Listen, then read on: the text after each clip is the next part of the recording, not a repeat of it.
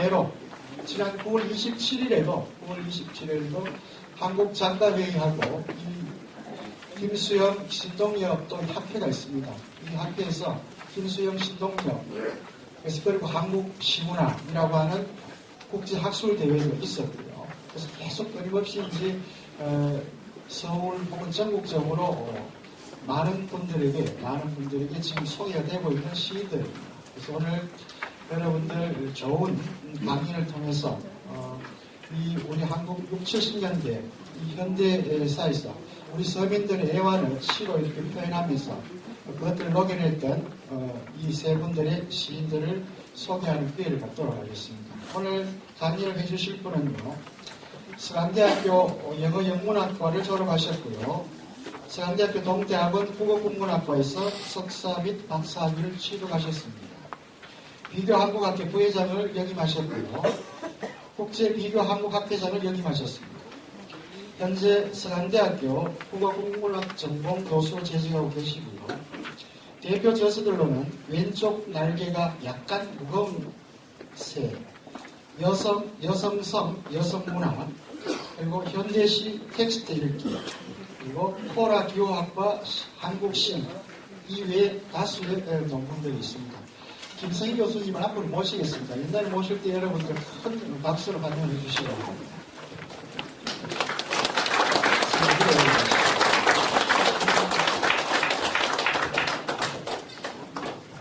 대구까지 오래간만에 오시려고 길 찾는데 여러 교수님 같습니다. 우리 다 같이 전례대로 일어서서 인사합시다. 인사하세요. 오시려고 소문만 듣지요. 차렷, 교대, 오시라 소문만 씁니다. 반갑습니다.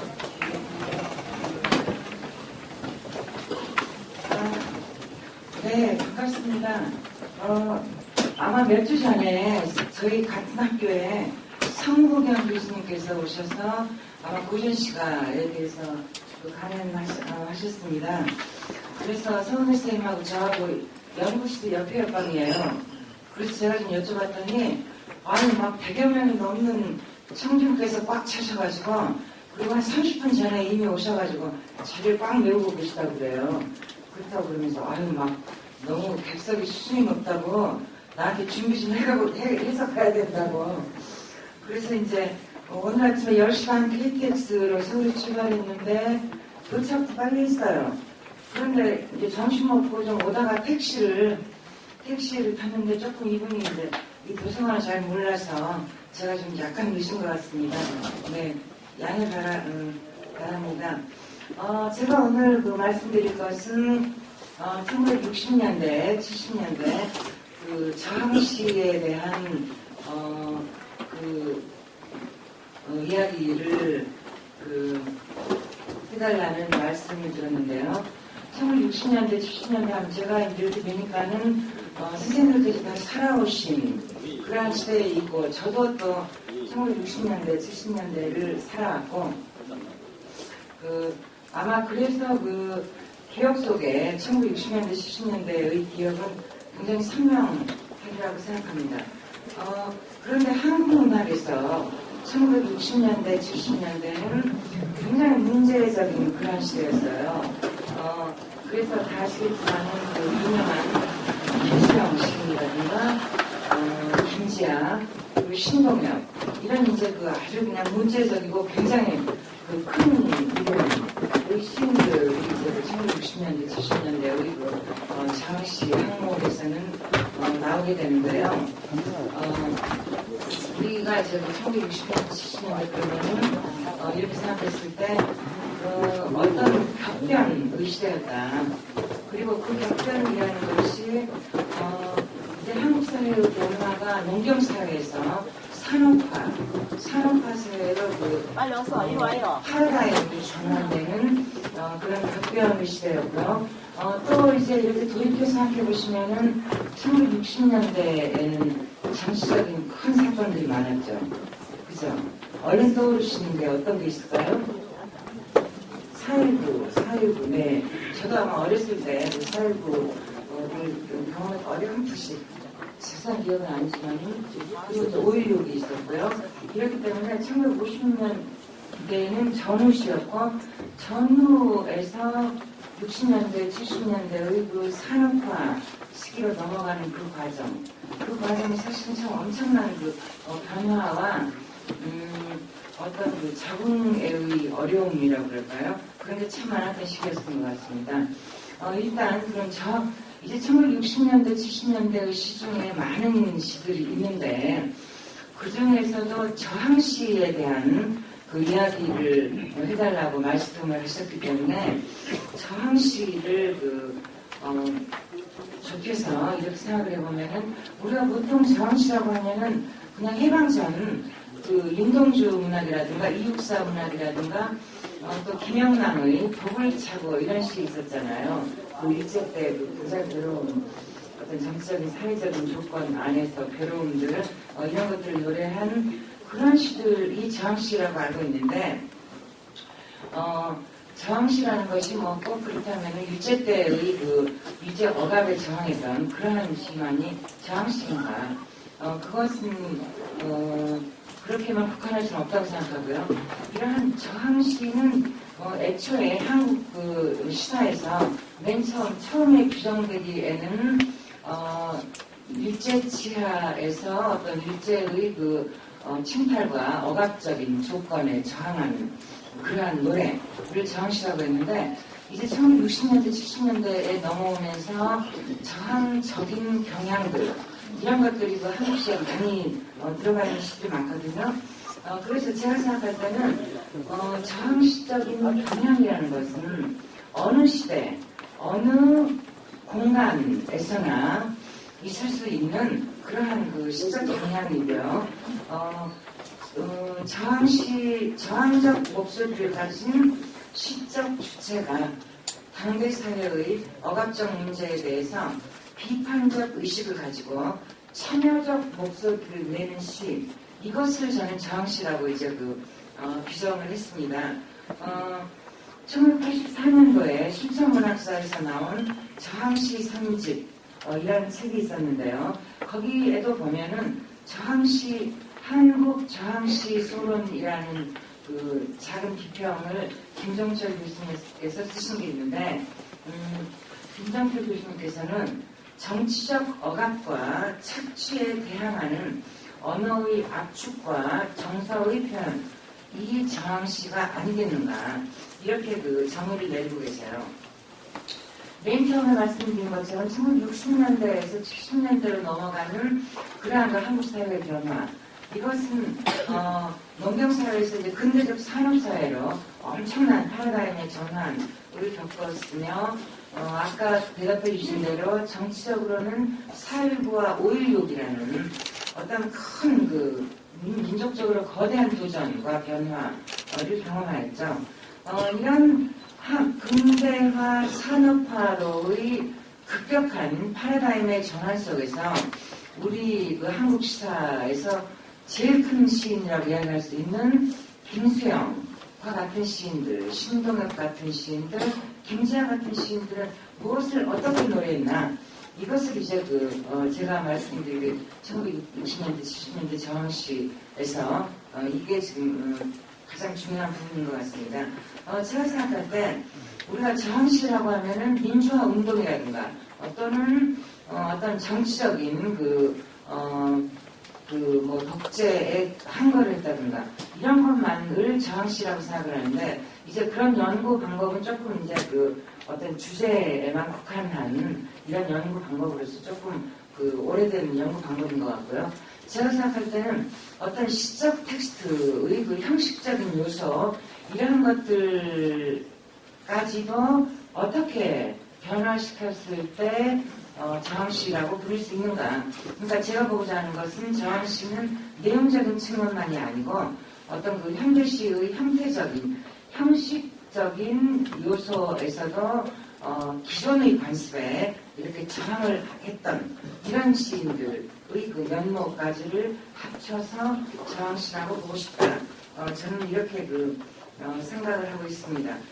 결국은 텍스트적 실천과 사회참여적 실천이 합쳐진 그 두 가지의 요소가 포괄되어 있는 이런 텍스트를 저항시라고 보고요.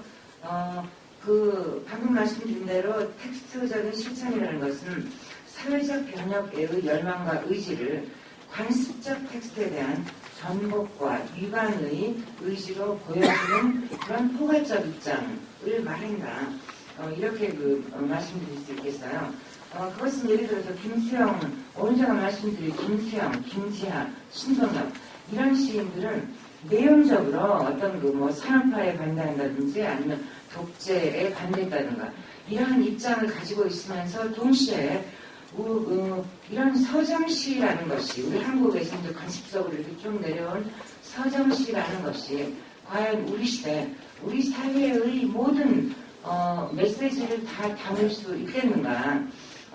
아무래도 서정시라는 비좁은 영토 안에서는 시인이 말하고자 하는 그런 사회, 경제, 정치적인 이런 조건들을 다 말할 수 없다. 이런 생각을 했고요. 그래서 이 시인들은 전부 다 자기 나름대로의 어떤 새로운 시론을 만들어서 새로운 시론을 통해서 새로운 메시지를 담고자 하는 그런 어떤 문학적인 도전까지를 함께 아울러서 보여준 시인이었다. 이렇게 이야기할 수 있겠습니다. 그 유명한 김수영의 반시론, 또 시어 침을 뱉어라 이런 시론이 있고요. 김지하 씨는 김수영을 추도하는 김수영을 추도했던 추도회에서의 추도 시론이 통자냐 자살이냐 이러한 제목이었는데 이것은 또 김지하 시인이 김수영 시인에 대한 어떤 불만. 김수영 시인은 굉장히 훌륭한 시인이지만은 김수영 시인에게서 계승해야 될 것과 계승하지 말아야 될 것이 있다라고 하면서 통자냐 자살이냐라는 그런 시론을 썼어요.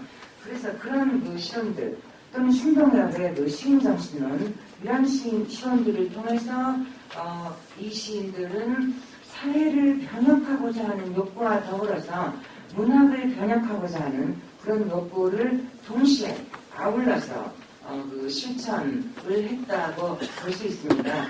그래서 제가 생각할 때는 그런 두 가지 방향의 어떤 실천의 의지, 변혁의 욕망 이 두 가지가 함께 들어있는 것이 이제 현대의 저항시가 아닌가 이런 생각을 했고요. 이게 뒤에도 말씀드리겠지만 김지하 시인 같은 경우는 이런 현대에서 기존의 관습적인 서정시라는 것이 이렇게 자기 자신의 정치적인 메시지 이런 것들을 다 담을 수 없기 때문에 이제는 고유문학적인 요소, 판소리와 같은 그러한 요소들을 시에 원용을 해서 예를 들어서 유명한 오적이라든가 비어라든가 하는 문학 작품은 거의 창작 판소리라고 부를 정도로 판소리 장르, 마당풋 이러한 형식들을 시 속에 끌어와서 이렇게 새로운 시들을 보여주었습니다. 신동엽의 경우에도 마찬가지예요. 신동엽도 서사시라든가 장시, 시극, 오페레타 이런 장르까지를 아울러서 텍스트적인 실험을 보여주면서 이런 어떤 정치사회 경제적인 혁신의 내용을 담았던 것이죠.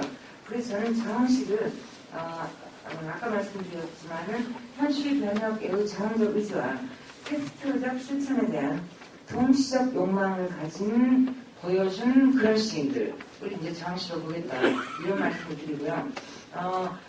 이제 그럼 저항시인들의 구체성은 뭐냐? 그들이 이렇게 주장했던 시론이라든가 그 작품들 이런 것은 무엇인가? 라고 했을 때 김수영을 이제 먼저 말씀드리겠습니다.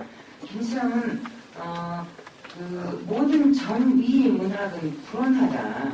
그러니까 김수영이 추구했던 것은 어떤 아방가르드적인 굉장히 어떤 새로운 것을 항상 원했던 이런 아방가르드적 욕망을 가장 많이 보여주었던 현대 시인이 김수영이라고 할 수 있는데요.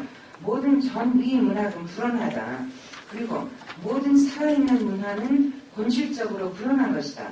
그것은 두말할 것도 없이 문학의 꿈과 본질, 문학의 본질이 꿈을 추구하는 것이고 불가능을 추구하는 것이기 때문이다. 라고 이제 말하고 있습니다. 김수영은 일단 전통 서정시 와 같은 것으로 자기 자신이 생각하는 모든 것을 시적 표현할 수 없다는 것을 생각했고요. 그래서 이제 그 반시론이라는 시론을 썼는데 반시론은 아시다시피 시에 반대하는 그러한 론을 이야기하고 있는데요. 김수영 당시 1960년대를 생각해보면은 거의 그 한국 시단의 주류라고 할 수 있는 시들은 전통사정시였고 또한 그 1960년대에 가장 그 지배적인 권력이라고 생각합니다. 지배 문화의 입장에서 그 어떤 주류적 시인으로 생각한다면 누가 있을까요? 유명한 1960년대 신라초 이런 걸 쓰신 분. 그렇죠. 서정주와 같은 그런 시, 이제 막 그 어떤 서정주는 이름도 그렇지만 서정주의, 서정을 그 중심으로 하는 이런 서정시들을 그 서정시가 굉장히 대세였죠. 대세가. 그런데 김수영은 이제 이러한 서정시를 가지고 신라는 현실도피다. 서정주의 그 신라와 같은 이런 그 신라주의, 신라중심주의의 상상력과 글세계를 이렇게 그 시를 쓰고 있는 주류 시인들에 대한 이런 어떤 그 반대와 자기 자신 생각하기에는 시라는 것은 먼저 이제 그 현실을 인식해야 된다. 현실을 직시해야 된다. 이렇게 그 생각하는 것이었고요. 현실을 직시하고 그것에 응전하는 것. 응전이라는 것은 왜 그 어떤 자극이 오면 거기에 반응해서 반응하는 것이죠. 그래서 응전의 이라는 것인데 시적 언어라는 것이 이제는 그 신라의 세계를 아름다운 서정으로 노래하는 서정시의 문학이 이 현실에 대한 전체적인 순발력 있는 응전이 될 수 있겠는가 라는 생각을 하면서 김수영 이렇게 이야기합니다. 내용적으로는 자기는 시적 언어라는 것이 우리가 일상적으로 사용하고 있는 일상적인 언어, 시사의 언어 또는 지식인들이 사용하는 어떤 그 개념어, 비속어. 근데 김수영 씨한테 욕 같은 게 좀 많이 나오죠. 비속어, 그 생활 언어 이러한 것들이며 특별한 운문의 가락을 가진 것이 아니라 어떤 그 이제는 산문성의 형태를 띄어야 한다. 라고 해서 김수영은 산문시를 많이 썼어요. 산문시도 썼고 또한 그 시적 언어라는 것이 그냥 우리가 일상생활에서 사용하는 그러한 그 언어들, 생활 언어 이런 것들이 많았죠. 그러면서 김수영은 시라는 것은 머리로만 쓰여지는 것이 아니고 또 가슴으로만 쓰여지는 것이 아니다. 시라는 것은 온몸으로 쓰여져야 된다. 라는 온몸의 시학을 주장하고 있습니다. 또 이제 김수영은 김수영 씨의 핵심이 유교에 있다라고 이야기하는 입장이 있고요. 또한 김수영 씨의 핵심은 유교가 아니라 사회교에 있다라고 이야기하는 입장이 있는데 제가 봤을 때도 김수영은 유교 때도 물론 굉장히 많은 변화를 겪었지만은 제가 보기에는 김수영은 역시 4.19의 시인이다 라고 이야기할 수 있을 것 같습니다. 예를 들어서 4.19가 지나고 한 2달쯤 후에 쓴 김수영의 유명한 대표시가 있어요. 푸른 하늘을이라고 지금 거기 우리 그 인쇄물에 보면 나오는데요. 푸른 하늘을 제가 한번 읽어보겠습니다. 푸른 하늘을 제압하는 노고지리가 자유로웠다고 부러워하던 어느 시인의 말은 수정되어야 한다. 자유를 위해서 비상하여 본 일이 있는 사람이면 알지. 노고주리가 무엇을 보고 노래하는가를 어째서 자유에는 피의 냄새가 섞여 있는가를, 혁명은 왜 고독한 것인가를, 혁명은 왜 고독해야 하는 것인가를, 이게 이제 푸른 하늘 의인데요. 4일을 지나면 20일, 조금 20일에서 한 며칠, 4일 정도 빠지는 날 쓴 것 같습니다.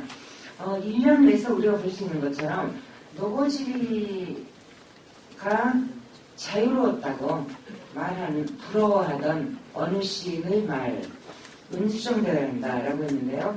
노고지리가 자유롭다라고 본 것은 어느 시인의 말이라고 했는데, 전통 시인들의 그런 입장이죠.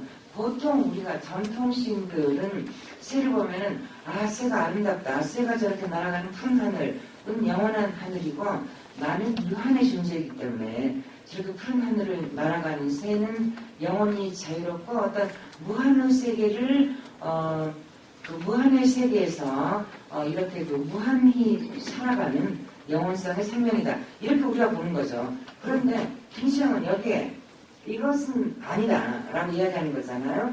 김수영이 생각할 때는 이러한 푸른 하늘을 제압하는 노고지리가 아름다워, 부럽다, 자유가 부럽다, 이렇게 생각하는 것은 전통 시인의 방식이고, 자기 자신은 그렇게 볼 수 없다는 거죠. 왜 자기 자신은 그렇게 볼 수 없는가?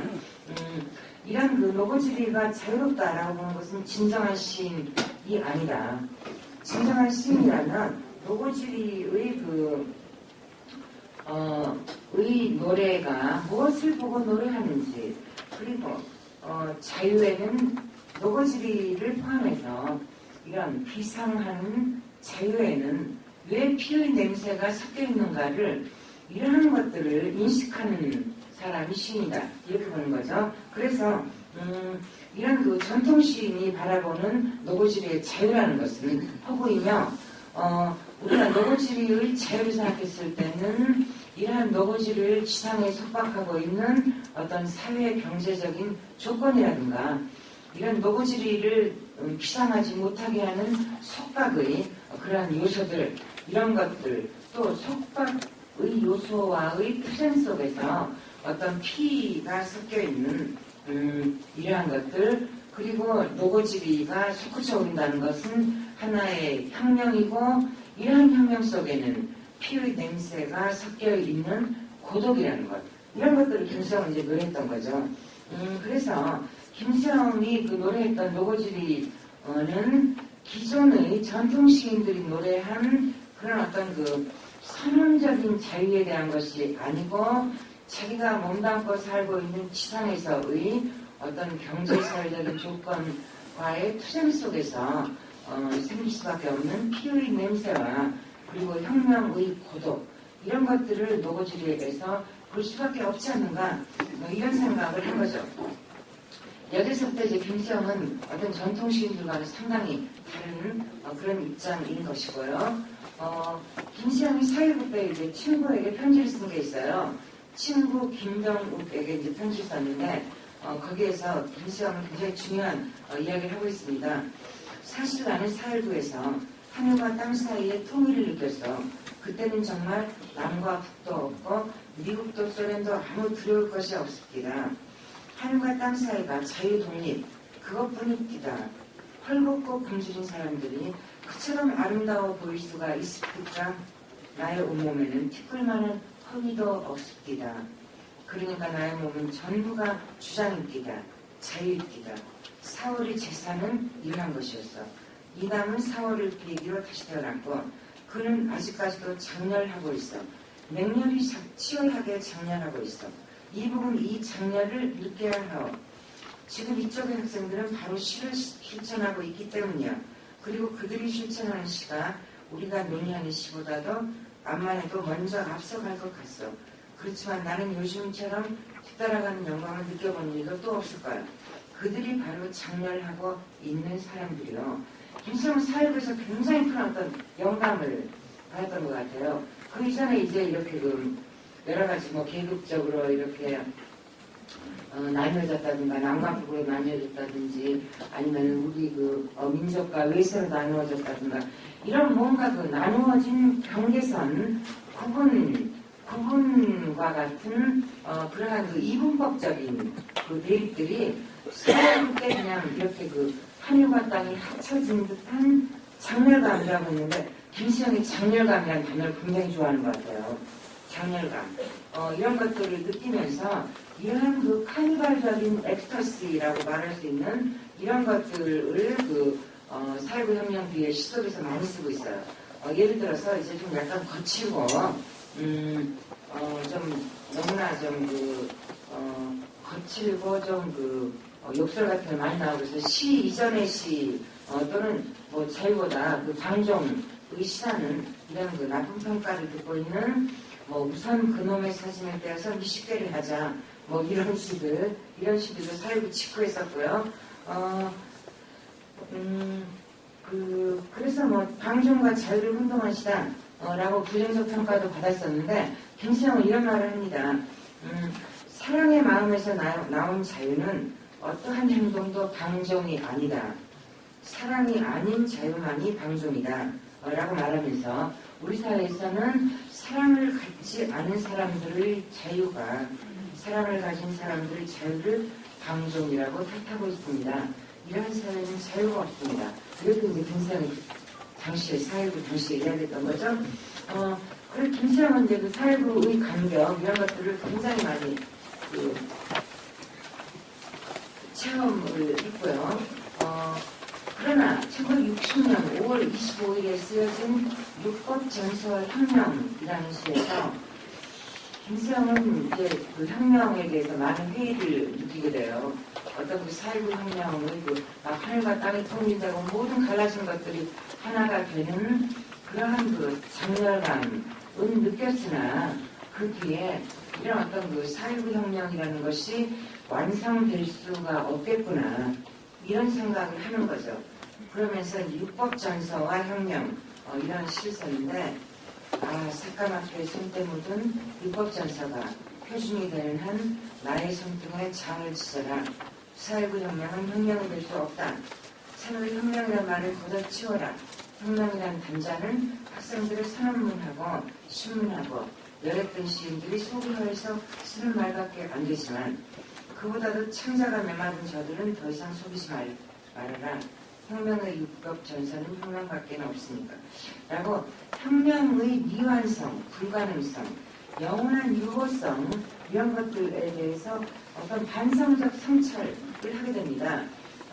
그리고 이제 김시영이 그 재미있는 것은 사회부 공간에서 그 학생혁명의 반독재적이고 반권력적인 에너지가 그 시인을 에워싸고 있는 남과 북을 분할해서 지배하고 있는 어떤 그 미소양국의 그 제국주의적 권력에 대해서 굉장한 그 대항적 에너지로 막 확산되는 것을 볼 수 있어요. 그래서 김시영 시 중에 그 나가다오라는 시를 제가 인용을 했는데요. 그 아래 보면 나가다오. 이유는 없다. 나가다오. 너희들 다 나가다오. 너희들 미국인과 소련인은 하루밖에 나가다오. 말갛게 행주질한 비올의 카운터에 돈을 걷어들인 카운터 위에 장막이 오듯이 중략하고요. 이유는 없다. 가다오. 너희들의 고장으로 소박하게 가다오. 너희들 미국인과 소련인은 하루 밖에 나가다오. 미국인과 소련인은 나가다오. 너와 가다오의 차이가 있을 뿐 말갛게 개인 글모르는 백성들의 마음에는 미국인과 소련인도 똑같은 놈들.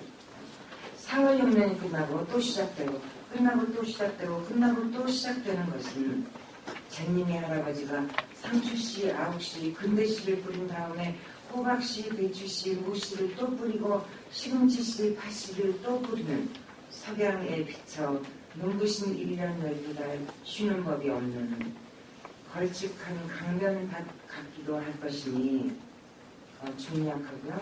서툰없이 값도 안 되는 미소이는 초콜릿, 커피, 패치코트, 군복, 수류탄, 따발총을 가지고 정막이 오듯이 소리 없이 가다오 나가다오 이렇게 그 뭔가 사일부에 아까 그 장렬이라고 했는데 장렬감이라는 말이 참 그 김선생님 중요하다고 말씀드렸는데요. 이런 시를 읽어보면은 이 김수영의 어떤 빠른 그 속도 있는 그 리듬과 그리고 이렇게 계속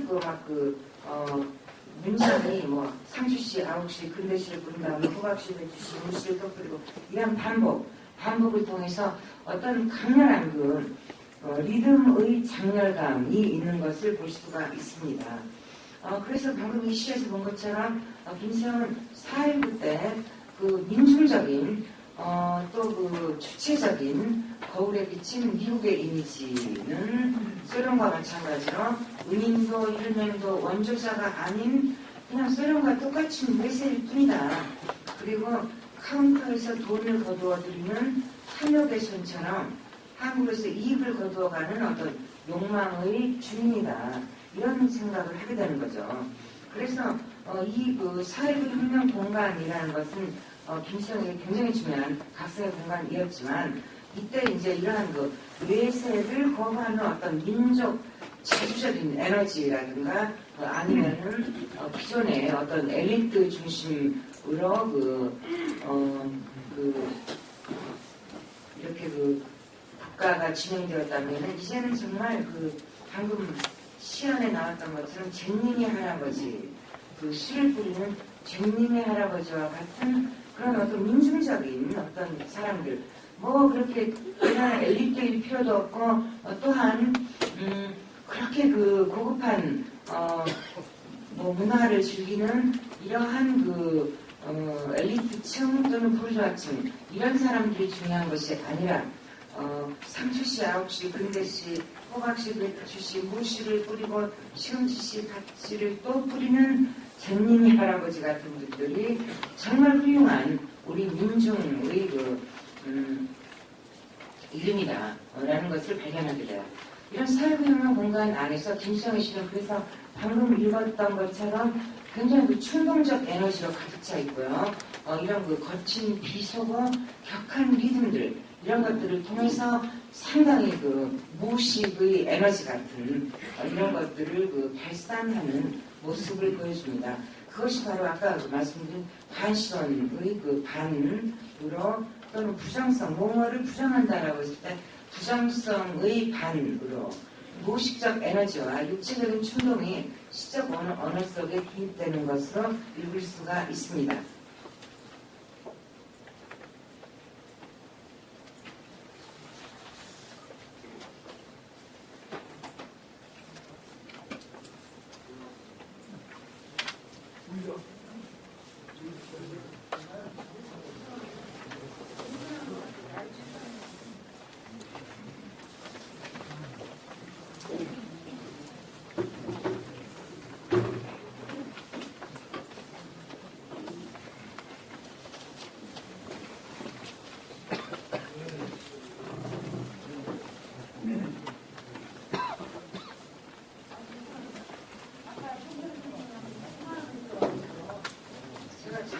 끊었었어요. 죄송합니다. 그래서 바로 이러한 시를 읽었을 때 아까 김수영의 시는 머리로 하는 것이 아니다. 시는 가슴으로만 하는 것도 아니다. 시라는 것은 온몸으로 하는 것이다. 정확하게 말하면 온몸을 밀고 나가는 것이다.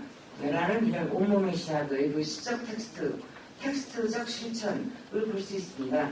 이제 김수영의 이혜령 교수와 굉장히 논쟁을 몇 번 이렇게 벌였죠. 이때 이혜령과의 논쟁에서 이혜령 쌤, 이제 김수영이 우리가 지금 이제 5.16 이후인데요. 우리가 지금 시인들이 뭔가 정적 외압이 두려워서 산업 속에 불온 시를 감추고 있는데 이러한 불온 시들을 산업 속에 넣어놓고 발표하지 못한다는 것은 언론의 자유가 없기 때문이다. 라고 이제 김수영이 이렇게 비판하죠. 그랬더니, 이제 이혜령 선생님, 이제 애비의 문화라는 이런 논문을 써서, 이제 글을 쓰는데, 이런 애비의 문화에서도 역시 이런 뭔가 공포, 애비라고 하면 아이들 두려워하잖아요. 이런 것처럼 뭔가 애비와 같은 그런 무정형의 공포, 권력의 억압이라는 것이 두려워서 발표하지 못하고 있는 서랍 속의 브론쉬라는 것이 무슨 의미가 있나? 이렇게 이제 이혜령 선생님이 좀 그 반박을 하시죠. 이러면서 서로 이제 몇 번 상당히 우리 한국 문학사에서는 수준 높은 그런 논쟁을 했었는데요. 그때 이제 김수영이 실험적인 문학과 정치적 자유라는 이런 글을 쓰게 되는데요. 이때 보면은 전위라는 말과 불온이라는 말을 김수영은 동시하고 있습니다. 모든 진정한 새로운 문학은 그것이 내향적이될 때는 즉 내적 자유를 추구하는 경우에는 기존의 문화 형식에 대한 위협이 되고 외향적인 것이 될 때는 기존 사회의 질서에 대한 불가피한 위협이 된다라고 말하면서 얼마 전에 내한한 프랑스의 앙티로망의 작가인 빅토르도 말했듯이 모든 실험적인 문학은 필연적으로는 완전한 세계의 구현을 목표로 하는 진보의 편에 서지 않을 수 없게 되는 것이다. 모든 전위 문학은 불온하다. 그리고 살아있는 문화는 본질적으로 불온한 것이다. 그것은 두말할 것도 없이 문화의 본질이 꿈을 추구하는 것이고 불가능을 추구하는 것이기 때문이다. 라고 쓰고 있습니다. 그냥 김수영에게는 문학이라는 것은 어떤 하나의 정치, 세력 이런 것에 반대하는 그런 자유를 원하는 것이 아니고요. 문학은 기본적으로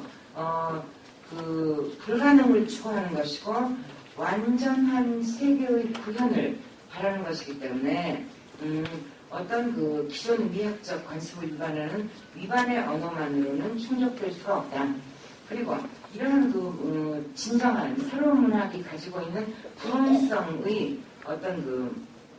불온성의 운명이라고 할까요? 이런 불온성이라는 것은 어떤 충동으로 가득 찬 육체성이 체제에 대한, 자기가 살고 있는 체제에 대한 어떤 위협을 충동의 침입을 통해서 시적 혁명의 시가 되는 이런 어떤 연락을, 엑스터시를 추구하는 것이기 때문이다. 라고 이야기하면서 그런 입장에서 본다면 4.19는 김수영에게 있어서 최고의 시인 거죠. 그 자체가. 온몸이 주장이 되고 또 자유가 되는 연락으로 장렬하게 되는 것이에요. 그런데 시는 어떤 시의 자유와 혁명의 자유라는 것이 같은 것은 아니지 않을까 이런 생각을 하게 돼요. 왜냐하면 시의 자유라는 것은 무한을 추구하는 것이죠. 무한을 추구하는 것이고 완전한 자유를 추구하는 것인데 이 혁명이라는 것은 문학처럼 어떤 완전한 자유를 추구할 수가 없지 않은가. 혁명은 이런 상대적 완전을 추구하는 것이다.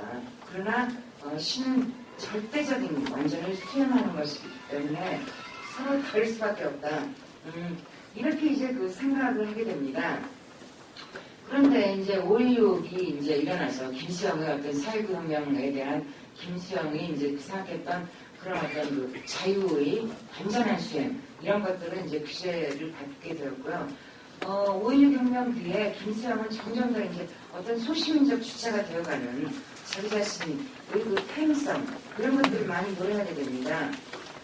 신귀거래라는 연작시를 김수영은 이제 쭉 써나가는데요. 귀거래는 고향으로 돌아가서 이제 안거하면서 이렇게 쓴 시를 이제 귀거래사 이렇게 이야기하는데 신귀거래는 김수영이 이제 뭔가 집이라는 일상적 공간 안으로 들어가는 자기 자신에 대한 시인데요. 신귀거래 치유에서 이제 이런 말을 하죠. 누이야 통자가 아니면 해탈이다. 너는 이 말의 뜻을 아느냐? 라고 조금 절규합니다. 통자가 아니면 해탈이라는 것은 5.16 이후에 어떤 김수영이 점점 더 소시민화되어가는 자기 자신에 대한 인식과 어떤 자기 자신이 점점 세속화되어가고 비속화되어가는 소시민적으로 막 위축되는 거죠. 존재가 위축돼서 작아지는 이런 존재에 대한 어떤 고통스러운 그런 의지의 표현인데요. 어느 날 왕궁을 나오면서 이 시는 너무 유명하니까 다 아시겠지만 제가 부분 읽어보겠습니다. 나는 왜 조그마한 일에 분개하는가? 저 왕궁 대신 왕궁의 음탕 대신에 5원짜리 갈비가 기름덩어리만 나왔다고 분개하는가? 옹졸하게 분개하고 설렁탕집 돼지 같은 주인한테 욕을 하고 옹졸하게 욕을 하고 한번 정정당당하게 붙잡혀간 소설가를 위해서 언론의 자유를 요구하고 월남 파병에 반대하는 자유를 이행하지 못하고 20원을 받으러 3번씩 4번씩 찾아오는 야경꾼들만 증오하고 있는가? 아무래도 나는 피켜서 있다. 절정 위에는 서 있지 않고 앞만 해도 조금쯤 옆으로 피켜서 있다. 그리고 조금쯤 옆에 서 있는 것이 조금쯤 비겁한 것이라고 알고 있다. 그러니까 이렇게 옹졸하게 반항한다. 이발쟁이에게, 땅 주인에게는 못하고 이발쟁이에게, 구청 직원에게는 못하고 동네 직원에게도 못하고 야경꾼에게 20원 때문에 10원 때문에 1원 때문에 우습지 않느냐 이런 때문에 모래야 나는 얼만큼 적으냐 바람아 먼지야 풀아 나는 얼만큼 적으냐 정말 얼만큼 적으냐 이렇게 이제 점점 세속적으로 위축되어서 자가자가는 자기 자신에 대한 요리를 하면서 이런 어떤 그 정말 존재가 위축되어가는 어떤 초라함, 쓸쓸함을 슬퍼하면서 이 우주 속에서 자기 자신이 정말 비애로울 만큼 적은 존재라는 것을 슬퍼하는 이런 인식을 하죠. 이런 인식이 이제 그 5.16 이후에 김수영의 이런 그 인식의 태반을 차지하고 있는데요. 반대로 또 거대한 뿌리와 같은 시에서는 굉장히 자기 자신 존재의 팽창을 또 드러내보입니다. 그래서 이런 그 어느 날 복음을 나오면서 하고 거대한 뿌리 이 두 개는 이렇게 상당히 미립적인 관계에 있는 시인데요.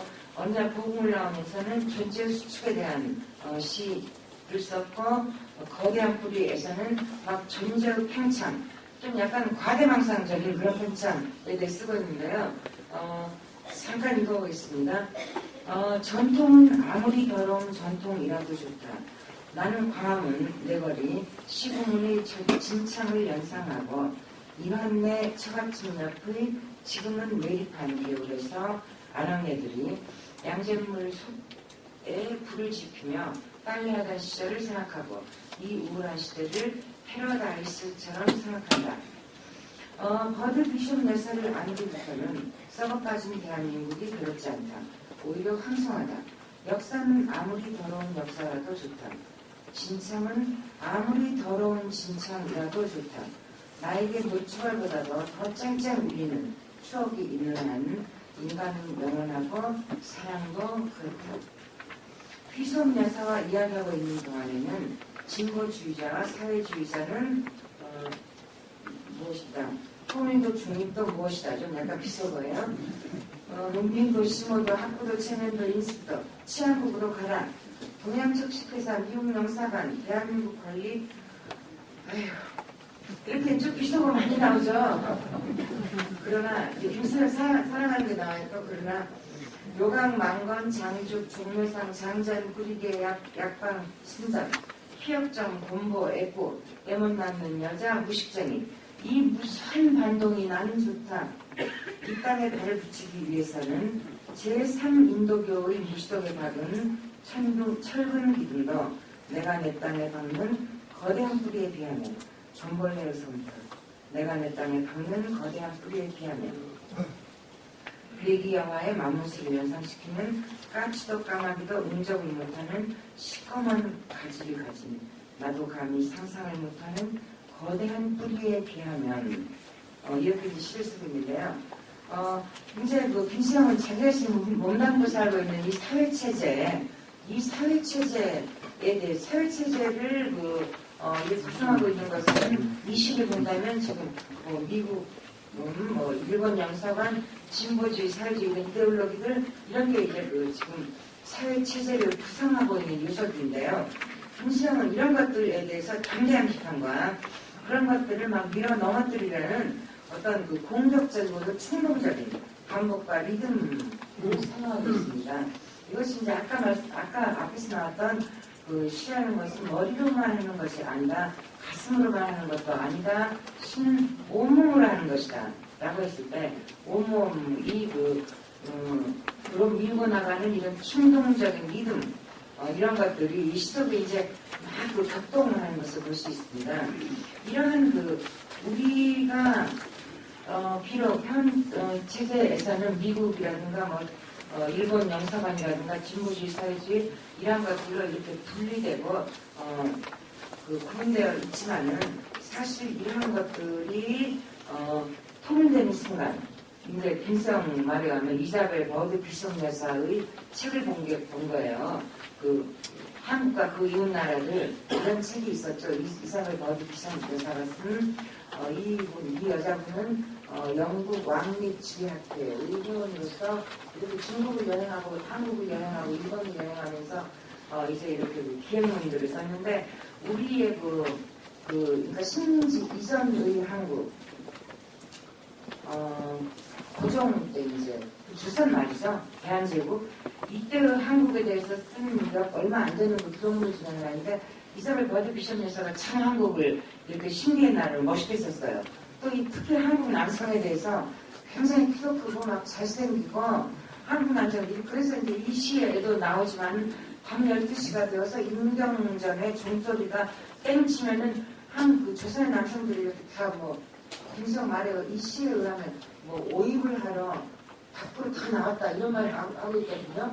이자벨 버드 비숍이 이제 그렇게 쓰고 있어요.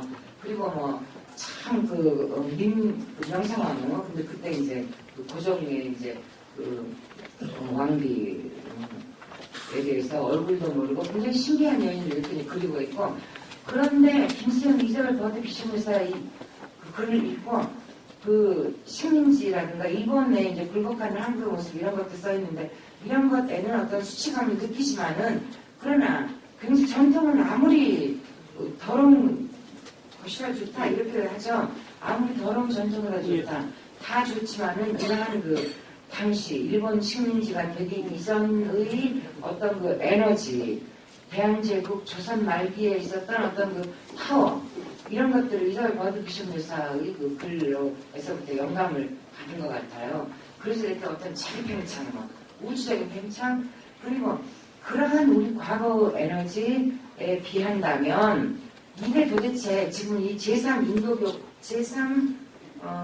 인도교의 물속에 박은 철근, 이건 이제 근대화 이야기하는 거죠. 이런 것은 아무것도 아니라 우리가 전통에 뿌리박았던 괴기 영화의 맘모스를 연상시키는 이런 지금 어떤 전설적인 힘 이런 걸 이야기하고 있으니까요. 감히 상상도 못하는 거대한 뿌리와 같은 이런 전통에 대한 역사, 일그러진 역사이지만은 그 역사 속에서 아름답게 살고 있었던 조상에 대한, 그러니까 조상도 왕족이나 이런 것보다 오히려 민중의 힘에 가까운 것이죠. 에 대한 그런 거대한 뿌리. 이때 이제 자기 어떤 존재의 팽창을 느끼면서 김수영 굉장한 민중의 폭발적인 힘, 이런 것들을 실을 수가 있어요. 그러한 시를 읽을 때 우리가 어떤 리듬이 굉장히 격하고 어떤 충동적인 반복이라든가 이런 가쁜 호흡들 이런 것들을 통해서 우리가 느낄 때 바로 그러한 리듬의 회오리 같은 힘 속에서 아까 4.19 때 하늘과 땅의 통일을 느꼈다는 등 이런 뭔가 이분법적 대립들이 하나로 합쳐지는 이런 에너지의 회오리를 느꼈다는 이런 장렬감의 폭발 이런 것들을 보여줍니다. 그래서 방금 읽었던 거대한 뿌리 같은 데서도 상하라든가 귀함, 천함, 제국이라든가 식민지, 고통결 이런 것들의 대립적인 구조가 막 무너지면서 하나가 되는 이런 장렬감 이런 것들을 보여주는 시가 거대한 뿌리죠. 그러니까 아까 어느 날 부분을 나오면서처럼 그냥 왜 이거 뭐래야 나는 얼만큼 작으냐 하나 먼지야 풀아 나는 얼만큼 적으냐 정말 얼만큼 적으냐 라고 이런 어떤 우주적인 비애를 느끼고 자기의 사소함에 대해서 비탄했던 것과는 정반대죠. 거대한 뿌리는. 그래서 김시영의 이런 거대한 뿌리와 같은 텍스트를 볼 때는 우리가 아까 맨 처음 말씀드린 것처럼 어떤 그 텍스트적인 실천이라고 했던 이런 전통의 어떤 서정시의 영역을 벗어나서 이러한 온몸의 시합이 실천되는 이런 텍스트 안에서는 그 실리는 독자도 역시 어떤 자기를 지배하고 있는 이분법적인 이런 대립들 이런 것들을 뛰어넘는 어떤 자기 해방의 힘을 얻게 된다는 것이죠. 그래서 이런 자기 해방의 담론 속에서 독자도 역시 그 시적 화자와 마찬가지로 새로워진 자기 자신을 보게 됩니다. 바로 이런 종류의 텍스트가 온몸으로 쓰여진 그 온몸의 텍스트가 바로 그 시의 사회부혁명, 김수영의 말에 의하면요, 시의 사회부혁명, 그리고 하늘과 땅이 맞닿는 통일이자 온몸을 밀고 나가는 시적 혁명의 텍스트적 실천이다라고 말할 수 있겠습니다. 제가 지금 시간이 많이 흘러간 것 같아서 지금 좀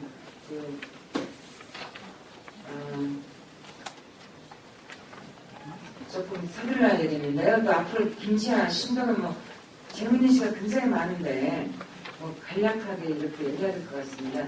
김지아 시인에 대해서는 많이 알고 계시죠? 많이 알고 계시는데 일단 우리는 김지아 시인은 저항시인이다. 그리고 반체제 저항시인이다. 그리고 독재에 맞서는 세례 요한 같은 그런 존재이다. 또는 에레미야, 삼시자와 같은 그런 존재이다. 이렇게 그냥 생각하고 있어요. 그러면서 오히려 김지아의 문학은 그렇게 되면서 김지아 문학이 막 신화화되고 신화화되면서 화석화되는 오히려 그런 손해를 많이 본 시인이라고 할 수 있죠. 화석화되었다는 것은 굳어버렸으니까요. 근데 김지아 시인은 상당히 미학적으로 굉장히 섬세한 어떤 미학적인 통찰을 보여주는 그런 시인입니다. 그래서 김지아 시인이 아까 제가 말씀드렸던 것처럼 김수영의 추도문을 썼는데 그 김수영 추도문이 그냥 굉장히 훌륭한 시론인 거예요. 그래서 그 시론을 잠깐 읽어보면요. 이제 루이야, 통자가 아니면 자살이다. 이것은 김수영 씨의 한 구절이다. 이 시구 속에 있는 딜레마, 통자와 자살이라는 두 개를 화해할 수 없는 극단적 행동 사이의 상호 충돌과 상호 연관은 오늘 이 땅에 살아있는 젊은 시인들에게 그들의 현실 인식과 그들의 실제 행동에 있어 매우 중요한 관건적인 문제를 하나로 두었다. 라고 이야기했는데 여기서 아까 김수영은 풍자냐 자살이냐 이렇게 이야기하지 않았죠. 이 풍자냐 자살이냐는 지금 김지아의 말인 거죠. 김수영은 풍자냐 뭐라고 했어요? 그죠? 풍자냐 해탈이냐라고 했어요. 김지아는. 그랬는데 김지아가 이제 오독을 한 것 같아요. 김지아 시인이. 왜냐면 우리도 이제 오독을 할 때가 있거든요. 왜 이렇게 오독을 했나? 이것도 그 시인의 어떤 무의식적인 그 선택일 수 있기 때문에 또 그것도 연구 대상이 됩니다. 근데 아무튼 김지아는 김수영 씨를 풍자냐 해탈이냐를 풍자냐 자살이냐로 보는 거예요. 풍자가 아니면 자살이다. 김수영은 풍자가 아니면 해탈이다. 이런 뭔가 그 해탈의 그 방향으로 김수영은 나갈 것 같은 그냥 거대한 소리 같은 거 보면 해탈과 거리가 멀죠. 막 자기 투쟁적인 막 들고 있으니까요. 근데 김지아는 풍자가 아니면 자살이라는 훨씬 더 풍자의 절박함을 더 강조하는 거죠. 그래서 이제 김지아는 이런 일단 이 시대에는 이런 물신의 거대한 발이 우리 시대를 지배하고 있다. 이렇게 보고 있습니다. 이러한 그 물신의 폭력으로 거대한 발 아래 버젓거리는 한편의 섬세하고 아름다운 서정시 속의 초월이 너무나 애잔하고 너무나 초라하고 너무나 무력하다는 명백한 사실 앞에 분노를 느낀다. 그러니까 김수영은 이런 정말 너무나도 허망한 서정시가 아닌 다른 시를 지금 자기 내부에서 요구하는 거죠. 그러면서 신은 일단 무신의 폭력 아래 여지없이 패배한 것처럼 보인다. 암흑심환이 유일한 진실의 표현인 것처럼 보인다. 시 자체가 이미 역사적으로 멸망해버린 양식처럼 보인다. 그러나 이 명백한 패배의 시간이야말로 시의 패배를 무신의 폭력에 대한 창조적 정신과 시의 승리로 뒤바꿀 수 있는 절호의 기회이기도 한 것이다. 라고 말하면서 아무튼 자기가 몸담고 있는 그 시대, 지금 1960년대 이것은 시도 본다면 명백한 패배의 시간이고요. 그러면 시는 이제 패배하고 끝나는가? 그게 아닐지도 모른다. 이렇게 이야기하죠. 오히려 이러한 명백한 패배의 시간이야말로 시의 패배를 물신의 폭력에 대한 창조적 정신으로 바꿀 수 있는 그러한 전환기가 아닌가 이렇게 생각을 하면서 김지아 시인은 이러한 어떤 그 물신의 폭력이 그 시인 의식에 가하는 고문과 낙인은 시인의 가슴에 말할 수 없이 깊고 끈덕진 비애를 응결시킨다. 폭력은 그 폭력의 피해자 속에 비애로 전화되는 것이다. 라고 말하면서 이런 뭐 시대라든가 또는 자본이라든가 이런 것들이 계속 이제 우리에게 어떤 피해 의식을 주잖아요. 피해라기보다 뭔가 자기가 위축되고 존재가 위축되고 존재가 이렇게 슬퍼지는 어떤 비애를 우리 가슴속에 응결시키는데 바로 이러한 응결이라는 것이 민중의 가슴속에 계속 응어리가 지면 그게 이제 한으로 된다는 거죠. 그래서 이런 한으로 되는 것인데 비애의 덩어리 이런 게 한인데 비애가 지속되고 있고 한이 응어리실 대로 응어리져 있는 한 부정은 결코 종식되는 법이 없다. 그래서 이런 물신의 폭력, 시대의 폭력에 맞서는 것은 시적 폭력이라고 김지아는 보거든요. 그래서 이제 이런 시적 폭력이 있기 때문에 비애가 있고 비애가 있기 때문에 시적 폭력으로 시인은 물신의 폭력에 대항해야 된다. 그러면 시적 폭력을 어떻게 텍스트로 구체화시키는가? 그것을 이제 김지아는 풍자를 강조하고 있죠. 근데 풍자를 강조하다 보니 김수영에서 김수영의 어떤 부족한 점들 이런 것들을 지적하고 있어요. 김수영은 예를 들어 풍자라는 것은 풍자는 김수영 문학에서는 풍자라는 것이 어떤 자기 풍자가 아까 있었죠. 어느 날 보면 나오면서 보면 왜 야경꾼만 계속 야경꾼을 괴롭히느냐 이론을 받으러 한 번, 두 번, 세 번, 네 번 오고 있는 야경꾼만 우리 괴롭히고 있는 자기 자신 우리 막 비웃고 학대라고 조롱하잖아요. 그게 자기 풍자인데요. 이런 자기 풍자는 어떤 풍자, 자기 부정, 자학 이런 것을 보여준 것은 김수영의 굉장히 어떤 중요한 점인데 그러나 김수영 문학의 풍자는 어떻게 생각하면은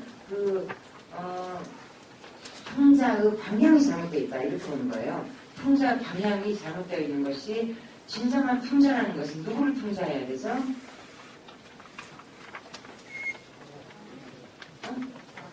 그렇죠. 사회라든가 우리를 이렇게 정말 어떤 참 소시민적인 이런 위축된 존재로 계속 이렇게 비애가 응어리져 가게 만드는 사회와 지배계급, 지배자에 대해서 풍자를 해야 되는데 김수영은 자기 풍자를 해서 김수영도 자기 자신을 소시민으로 설정하고 자기를 풍자하고 자기의 소시민성을 풍자한 거잖아요. 아니 야경꾼 이런 법으로 몇 번씩 온다고 왜 이렇게 자주 해요? 그렇게만 하면서 이제 싸우고 이런다면 자기가 돈을 주면은 그 야경꾼은 안 오는 거잖아요. 같은 민중끼리 그러시는 거잖아요. 그런데 김수영은 그래서 풍자가 방향이 잘못되어 있다. 김수영은 생각할 때 풍자의 방향이 그런 어떤 정말 자기와 같은 소시민도 역시 거대한 민중의 일부잖아요. 근데 거대한 민중의 일부인 소시민을 이렇게 자학하고 매도하고 이런 것보다는 올바른 민주풍자라는 것은 결국은 지배자들의 방향을 향해야 되고 그러한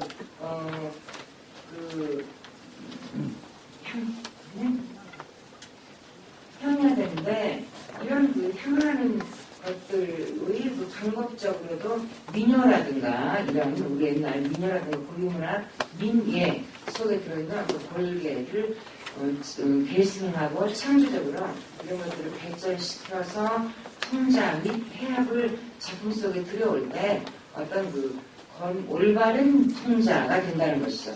그러면 김지아가 올바른 그 저항적 풍자시 가 이제 김시영 문학에서는 부족하다. 어떤 형량이 미달되며 통제와 방향이 맞지 않다.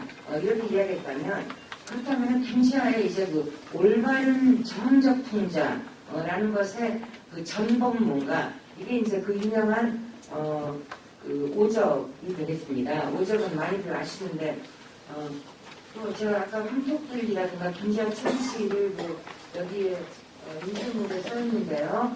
근데 지금 시간이 없어서 그냥 좀 지나가도록 하겠습니다. 네, 죄송합니다.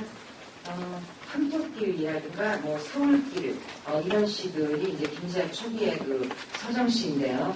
이것도 너무너무 빼어나게 아름다운 그 민중의 가슴에 응어리진 비애의 함축을 그 보여주는 그런 좋은 시인데 일단 김지아의 그 저항적 풍자시 올바른 저항적 풍자는 민중의 반대편을 표적으로 삼아야지 왜 거대한 민중의 일부인 나 자신을 괴롭히는가.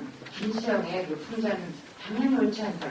이렇게 말했기 때문에 자기 자신의 이제 그 올바른 저항적 풍자는 민중의 반대편을 올바른 표적으로 하는 것이죠. 그리고 그러면은 민중의 반대편에 있는 계급의 지배층에 대해서는 공격과 비판과 고발 이런 것들을 하게 되는 것이고 이제는 민중에 대해서는 해악과 같은 이런 방법으로 사용해야 된다 이런 이야기를 하는데요. 제가 잠깐 읽어볼게요. 오적이 우리가 지금 사실은 이런 시간에 정말 작품을 접하는 게 제일 중요한 것 같아요. 작품이 너무너무 중요하고 재미있고 또 아주 정말 전 세계적으로 이런 작품 없을 것 같은데 제가 좀 주요한 부분만 좀 잠깐 읽어보죠. 이건 뭐 너무 중요한 여기 앞부분은 유명한데 시를 쓰되 정스럽게 쓰지 말고 꼭 이렇게 쓰겠다. 내 어쩌다 북부시 항만제로 칠전에 끌려가 골기를 맞은 지도 토오리나 삭신이 근질근질 병정만 맞은 조동아리 손목등이 오물오물 숨을 뭐든 자꾸 쓰고 싶어 견딜 수가 없으니 에라 모르겠다. 골기가 콱콱 불이 나게 맞을 때는 맞더라도 내 별별 이상한 도둑약을 하나 쓰겠다. 이렇게 도둑을 이제 써요. 도둑이 이제 다섯 종류의 도둑이 있는 거죠. 첫 번째는 이제 얘가 바로 재별이라고 이제 재벌을 이야기하는 것이고 재벌, 국회의원, 보국공무원, 장성, 장차관이라 이름하는 간땡이 부어 남산하고 전기가 동탑 배꼽 같은 천하형포 오적의 속을 잃었다. 사람마다 뱃속에 오장육보로 될 때 이놈들에 대하여는 큰 황소 XX만한 도둑보가 거부터 5장 7보 이렇게 이제 되어있는데요. 이거는 판소리 어느 대목을 연상시키죠? 놀부, 그죠? 흥부가 이제 연상시키는데, 아무튼 이 오적들은 전부 다 이런 어떤 그 놀부처럼 그 5장 6부가 아니라 7보 이런 사람들로 이제. 그런데 이제 다 똑같이 도둑질을 배웠대요. 본시 한 왕초에게 도둑질을 배웠으나 제조는 각각이라.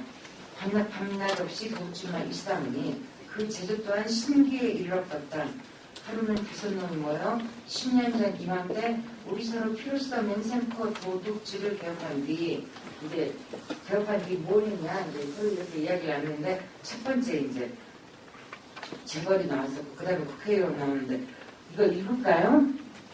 조금 너무 좀 비판적. 또 한 놈이 나온다. 국회의원 나온다. 곱사같이 구운 허리 조저같이 가는 시운 가래 끓는 목소리로 웅숭거리며 나온다. 혈투성이 몽둥이에 혁명 공약 휘 감고 공약 모자 쓰고 혁명 공약 배지 달고 가래를 태태 골 두째 덩쩍 깃발같이 높이 들고 대갈 일성 쭉 재진 대함 솥바닥에 구호가 와기를 막 이러면서 있는데 구학은 신학으로 개조다. 부정축제는 축제 부정으로 근대화다. 부정선거는 선거 부정으로 중농이다. 빈농은 인농으로 건설이다. 모든 집은 와우식으로. 그다음에 이제 셋째 놈이 나온다. 고급 공무원 나온다. 그건 없어요. 제가 다 뺐어요. 너무 페이지가 많이 나가서. 네. 넷째 놈이, 아니, 셋째 놈이 나온다. 고급 공무원 나온다. 풍신은 고음풍선. 독사같이 원하는 푸르족족 엄한살. 꽉 담은 입꼬라지. 청백리 분명구나. 단 것을 갖다 주니 쩔룩쩔룩 그걸 보게죠. 우린 단 것 좋아 안 써. 아무렴 그렇지. 그렇고 말고. 이제 고급 공무원이고, 넷째 놈이 나온다. 장성이 나온다. 크게 팔대장성, 재밌게 졸개행렬, 길기가 만리장성, 온몸에 털이 숭숭, 고리는 범아가리, 벌룬코, 탑삭수염, 짐승이 분명구나. 이렇게 쭉 가서 이제 쫄병들 줄 쌀가마니 모래 가득 채워놓고 쌀은 빼다 팔아먹고 쫄병 먹일 소돼지는 털 한 개씩 나눠주고 산 혼자 몽창 먹고 엄동사람 막사 없어 얼어 죽는 쫄병들을 그냥 버려두고 자기 이제 고대강수 집에 산다는 거. 마지막 놈 나온다. 장차관이 나온다. 허옇게 백태 뛰어 피적피적 숨지게 눈을 피잖아. 이렇게 쭉 축적무가 눈곱 낀 눈 현명하게 돌아다니며 왼손은 골프채로 국방을 지휘하고 오른손은 주물럭 계집 이방 위에다가 증산 수출 건설이라 쓰노라니 호호 아이 간지럽사와요. 이런 무식한 년 국사가 간지러워? 굶더라도 수출이다. 안 팔려도 증산이다. 아사한 놈 뺐다 빌어 향해탄에 다리 놓아 감히 삼아 배안하자. 이렇게. 그리고 이제 다 이렇게 계속 이런 판소리 장단으로 나옵니다. 그러다가 나라 망신시키는 오적을 잡아들여라. 이렇게 이제 나라님이 아셨어요. 오적이라는 거에 대해서. 나라 망신시키는 오적을 잡아들여라. 추상 같은 어명의 쾅. 창천 하늘에 날벼락치듯 쾅쾅쾅. 영거 푹 떨어져 내려 쏟아져 커버싸니 내 당장에 잡아들여하겠나이다. 대답하고 물러선다. 근데 이게 오적을 잡아야 되는데 오적이 힘쓰니까 잡을 수가 없잖아요. 그러니까 아무나 길 걸어가는 이제 사람을 이제 이렇게 해가지고 뺄수락 이제 민중 중에 민중 이제 불러가지고 내 놈이 오적이지? 아니요. 그럼 내가 무엇이냐? 날치기요. 그러니까 날치기면 더욱 좋다. 날치기, 들치기, 밀치기, 소매치기 내다가에 다 합쳐서 오적이 그거 아니냐? 이렇게 해서 이제 오적을 만드는 거예요. 그래서 잡혀서 이제 오적으로 회수는 그 길로 가막소로 들어갔고 오적은 뒤에 포도대장 불러다가 그 용기를 어렵게 여겨 저희 집 수술댐은 바로 그 곁에 있는 계집 속에 살며 교육을 지키라 하며 포도대장 이말 듣고 얼씨구 좋아라. 지방자 중에 온갖 병기를 다 가져다가 상원하게 밀어놓고 계집 속에서 내내 잘 살다가 어느 맑게 뜨는 날 아침 커다랗게 기지개를 일으켜다 갑자기 벼락을 맞아 급사라니 이때 또한 오적도 육봉으로 필토하며 거꾸로졌다는 이야기. 이런 행적이 백대에 민멸치 아니하고 인부에 의장하여 나 같은 거짓 시인의 식교에까지 올라 길이길이 전해오렸다. 이게 이제 오적이에요. 이 전체인데요. 제가 이제 조금만 따서 읽어봤지만은 이렇게 오적 구체적으로 들어보신 적 없으시죠? 네, 저도 이렇게 구체적으로 다 전체를 한번 이야기한 적이 참 드는 것 같은데 이렇게 오적은 5명의 오적, 옛날 을사 오적에 있었던 5 오적이라는 말을 이제 근대화의 오적으로 이렇게 오적을 내세워서 이렇게 재미있게 이제 통달을 하고 있는데 이것은 바로 이제 그 판소리의 어떤 장단과 판소리의 구성, 판소리의 그 구조 이런 것들을 갖다가 이렇게 쓰고 있죠. 그렇기 때문에 훨씬 더 구비문학적인 요소가 있기 때문에 민중과 공감이 훨씬 치열하고요. 이런 판소리 중에서도 특별하게 첫 번째로는 어떤 그 장면의 극대화. 한 장면이 극대화되는 거예요. 그러니까 뭐 예를 들어 뭐 아까 나온 것처럼 뭐 국회의원이 뭐 했다 이러면 한 장면이 막 극대화되는 거 이런 것들. 그래서 그 부분의 독자성 이런 것들을 내세우는 것이 그 판소리에서 흔히 사용하는 그런 어떤 기법이고요. 어떤 두 번째는 판소리는 창과 안일이가 나누시죠. 그 판소리는 창이 있으면 창은 뭐 빼어나게 아름답잖아요. 그리고 그 언어 하나하나가 서정시처럼 전부 다 압축되어 있죠. 그래서 참이 주는 김장과 안일이는 산문이니까요. 산문이 주는 어떤 그 이완. 그래서 김장과 이완에 이런 그 구조를 판소리가 가지고 있는데 그것을 또 오접에서 그대로 써요. 그런 것들. 그리고 이 오접도 점점 뒤로 갈수록 어떤 유리적인 이런 놀이마당 이런 게 굉장히 이렇게 강조되는데 그 판소리도 원래 그렇게 나가는 것이고요. 그래서 방금 말씀드린 세 가지 그 측면에서 이런 고유문학의 그 판소리에 이러한 그 구성 요소 구조를 김지아가 오적에서 많이 사용하고 있다. 이렇게 이야기할 수 있습니다. 또 비어도 굉장히 재밌는데 지금 시간이 그런가요? 네, 아니 제가 1시간이 좀 넘어서 네, 그럼 저 비어도 좀 소개해도 될까요? 네, 비어도 재밌어요. 비어는 한 1980년대에 그 임진택 선생님 계시죠? 연출하시는 임진택 선생님께서 소리 내력이라는 이러한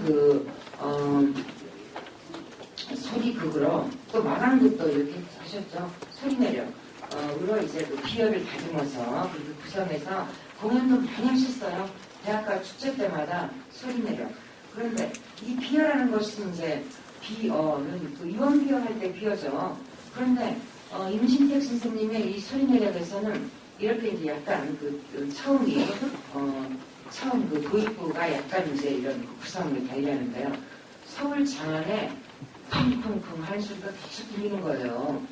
그러니까 도대체 이 소리가 뭐냐 아무리 찾아봐도 이 소리가 어디서 나는지를 모르겠는데 아무튼 쿵쿵쿵 소리가 서울 장안에서 그치지가 않아가지고 돈 있는 자, 힘 있는 자들이 공포에 떨게 한다. 그런 뭔가 좀 이상한 예리한 소리가 나요. 그래서 이제 그런 게 소리 내려고 이제 앞부분에 붙어 있었던 거고 비어는 어떻게 되는가 하면 저기 전라도 이제 저기 어디 촌에서 안도라는 사람이 편할 안자에 길보자 안도가 이제 서울로 상경을 했어요. 근데 뭐 그냥 집에 가만하고 돈 없고 힘이 없으니까 먹고 살 길이 없잖아요. 그러니까 온갖 걸 다 하죠. 이제 뭐 길에서 뭐 똥도 치우고 뭣도 하고 뭐 등등 온갖 공장도 다녔다가 뭐 했다가 막 온갖 일을 다 하는데 안 해본 일이 없는 안도인데 너무너무 힘이 드니까 어느 날 하루 너무 힘이 드니까는 에이 개 같은 세상 이 말 한마디를 한 거예요. 그랬더니 이 소리가 입 밖에 떨어지기가 무섭게 척허덕 쇠고랑이 안도놈 두 손에 대번에 채워지고 질질질 끌려서 곧장 재판소로 가는구나. 땅땅땅 무슨 죄던거?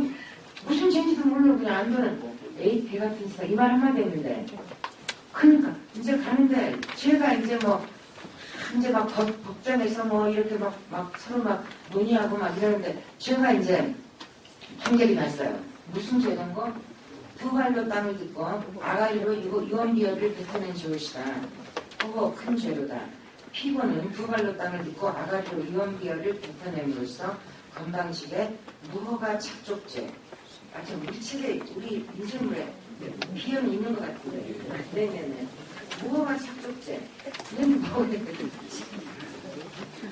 죄가 뭔데 62식죄. 싸가지 없이 심기 안정죄. 가난된 주제에 직립적 인간 본질 찬탈 흑색죄. 못난 놈이 사유시간 소비죄. 가당찮게 놔둔 죄. 죽고 싶어 부도죄. 제가 무슨 뜬구름이라고 현실 방관죄. 부끄럼 없이 앙천죄. 등등등. 이게 좀 나가다 보니까 혹세무민적 유언비어 사출죄. 동발음 의혹죄. 막 이렇게 쭉 나가다 보니까 이게 민심선동죄. 비관죄, 염세죄, 탈속죄, 이적 가능죄, 반체제 의식죄, 반체제 의식죄 이렇게 나가는 거죠. 그러니까 너무 이제 그럼 이게 또 더 나가니까 이심전심적 반국가단체 조직 가능죄, 반국가적 내란 음모 의책적 가능죄 이렇게 해서 너무 지금 안도는 너무 일이 힘이 들어가지고 그냥 이 말 한마디 했는데 이렇게 죄가 커져가지고 그럼 어떤 벌을 받느냐. 벌도 참 기가 막히죠. 법에 따라 피고의 신체에서 다시는 유언비어를 생각도 발음도 못하도록 한 개의 머리와 다시는 두 발로 땅을 딛고 불은 불손하게 걸어서지 못하도록 두 개의 다리와 이렇게 쭉 한 개의 생식기와 두 쪽에 뭐를 재단한다. 그래가지고 쭉 내려가서 목구멍에는 견고한 방성부를 단단하게, 짱짱하게, 튼튼하게 글로시오 향후 오르는 간에 근거형이 지할 것을 주넘이 선언하는 글로라 땅땅땅. 이렇게 해서 안도가 이런 큰 죄를 저질러가지고 이런 큰 벌을 받게 된 거예요. 그래서 이제 김지아는 아무튼 우리가 일반 서정시에서 봤던 그런 것과는 굉장히 다른 어떤 그 문학적 효과를 지금 주고 있죠. 그래서 그 오적비어 또 불시물어라고 이제 일본의 기생마강에 대해서 또 굉장히 통제한 게 있는데 불시물어 등 담시는 이야기시라는 말이고요. 담시에서 서정시가 갖는 주관성의 한계를 극복하고 한소리 양식을 가져와서 전통 예술이 가지고 있는 그런 어떤 그 반복이라든가 나열 대립, 정치 축약 등 이런 것들을 이용해서 뛰어난 현실성과 예술적인 예술적 효과를 얻는다. 그리고 지배교육을 공격하고 어떤 민중의 웃음을 유발함으로써 웃음이 폭발적으로 일어나잖아요. 그렇기 때문에 이런 웃음의 폭발을 일으킴으로써 아까 말씀드린 것처럼 치열한 비애와 응어를 지닌 하늘을 바탕으로 하고 비극적 표현을 흡수하는 한편 폐악을 광범위하게 대합하면서도 강력한 풍자를 주된 핵심으로 하는 고양된 희극적 표현만이 새로운 폭력 표현의 유일한 가능성이다 라고 김지아가 말했던 것과 같은 이러한 그 예를 보여주고 있습니다. 그 오적과 비어는 바로 이러한 그 희극적 풍자를 완성한 그런 아주 좋은 텍스트라고 생각이 듭니다. 이런 정치 지향성, 말하자면 당시의 정치 지향성은 현실적 폭력에 대항하기 위한 식적 폭력의 필연적 결과인데 억압적 현실을 공격하면서도 결국은 이러한 웃음의 폭발 이런 것들을 통해서 민중에게 카타르시스와 치유 효과를 주는 텍스트다라고 이야기를 하고 있고요. 김지아는 이렇게 김수현과 마찬가지로 텍스트의 혁명, 텍스트의 큰 변화를 보여줌으로써 역시 저항시라는 용어에서 이런 텍스트적인 어떤 변혁과 현실 참여적 변혁 이 두 가지를 다 보여준 저항시 이었다라고 두 시를 요약하겠습니다. 제가 지금 신도엽 씨는 더 해야 되는데요. 시간이 좀 촉박하고 또 아무래도 질문을 통해서 이렇게 말씀을 또 서로 소통과 대화를 하는 게 좋을 것 같아서 제 말씀은 아쉽지만 이만큼 줄이겠습니다. 나중에 인생을 좀 읽어주세요. 네, 알겠습니다.